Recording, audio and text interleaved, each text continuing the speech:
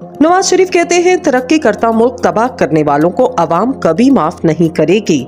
मुस्लिम league नून का अहम इजलास हुआ, जिसमें वज़ीर आज़म शहबाज शरीफ, मुस्लिम लीग नून के कायद नवाज शरीफ वीडियो लिंक पर और दीगर सीनियर रहनुमाओं ने शिरकत की। इजलास में मुल्क के माशी, पंजाब की सियासी पार्टी और दीगर अहम अमूर पर तबादला ख्याल किया गया। इस मौका पर गुफ्तगू करते हुए साबिक वज़ीर आज़म नवाज शरीफ ने कहा, मुज़ाकरात मुल्क और कौम के लिए हैं, लेकिन दूसरी तरफ ज़ाती मुफादात, मुल्क और इदारों को बदनाम करने की जंग है। जिन्होंने मुल्क को 3.5 साल नुकसान पहुंचाया, इनकी गारंटी देने वाला कोई नहीं। नवाज शरीफ ने मजीद कहा, हमें फौरी तौर पर अवाम के मसाइल हल करने और महंगाई को कम करने के लिए फौरी इक़दाम करना होंगे। इंतखाबात से कबल अवामी रिलीफ के लिए पॉलिसियां बनाई जाएं। पाकिस्तान की तमाम सियासी जमातों को चाहिए कि मुल्क और कौम के लिए अपना किरदार अदा करें। इन्होंने कहा, हमने दिन रात मेहनत करके मुल्क को तरक्की की राह पर गामजन किया, जिसे 3.5 साल में मुल्क दुश्मनों ने तबाह कर दिया। अवाम इनको कभी